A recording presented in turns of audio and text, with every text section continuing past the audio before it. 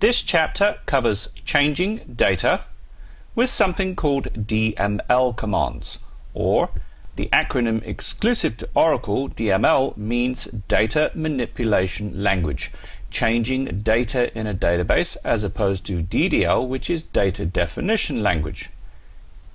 DDL commands are things like alter table and create table when you change the metadata, the stuff where the data is stored in an Oracle database, and DML manipulates the data inside those tables. In other words, you want to add new data, change data that's already there, or delete data. There are a number of DML commands that we will look at, and they are ANSI standard SQL in general. When changing data, you use the insert command to add new rows to a table. You can use the update command to change existing rows in a table. And you can use the delete command to remove data from a table, to destroy it. There is also a rather unusual merge command that will allow you to do what is called an upsert. It's like an insert and an update at the same time. So if a row does not exist in a table, the merge command will add it. If it does already exist, then the merge command will update it. An upsert, insert, update combined.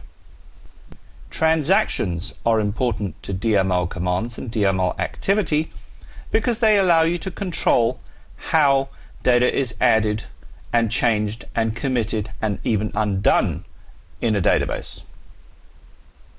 Transactions work using the commit and the rollback command in that you can add, say, data to 3 different tables with 3 consecutive insert commands and then decide to commit them, which means you permanently store them. If you run 3 insert statements with no commit or rollback command and then you roll them all back, it will undo all the insert statements that you just ran.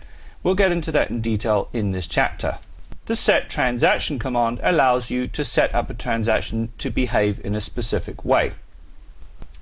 Set transaction also allows you to focus on something called a save point, which is like a go-to label within a sequence of SQL commands that change data that allows you to roll back to a specific point within that sequence. So if you had 3 insert commands and the second insert had a save point, if you roll back at the end of the 3, it'll go back to the second one and still have the first insert statement changes stored. That's a brief introduction to DML commands, so let's get into the detail in the next movie.